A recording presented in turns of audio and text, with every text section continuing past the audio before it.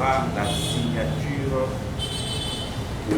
Après 3 jours de discussion entre les membres de la communauté locale du secteur Popoï dans les territoires de Banalia et les responsables de la société Libella, l'ère de vivre ensemble est arrivée. C'est ce qui justifie la séance de travail d'approbation des besoins de la dite communauté présidée par le ministre provincial en charge des mines dans la province de la Tchopo. Au cours de cet échange qui a réuni toutes les parties prenantes, des documents ont été signés, à savoir procès-verbal d'identification des besoins de la communauté et le PV d'approbation de ces besoins après qu'on mène encore entre les deux parties. Très content de cette attente, le ministre provincial en charge des mines, énergie et hydrocarbures, Thomas Mesemo, a prodigué des sages conseils aux deux parties.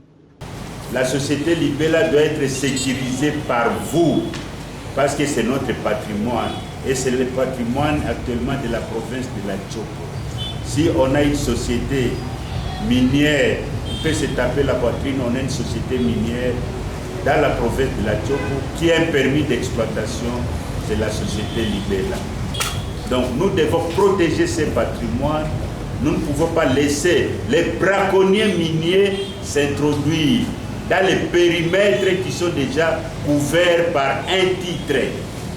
Parce que lorsque un titre a couvert un espace, il faut éviter à ce que quiconque ne prenne des engagements pour que vienne encore perturber l'ordre dans des périmètres qui sont couverts par les. Vous devez être vigilant, vous devez vous approprier ces patrimoines afin que les dividendes tirés de ces sociétés puissent servir la communauté.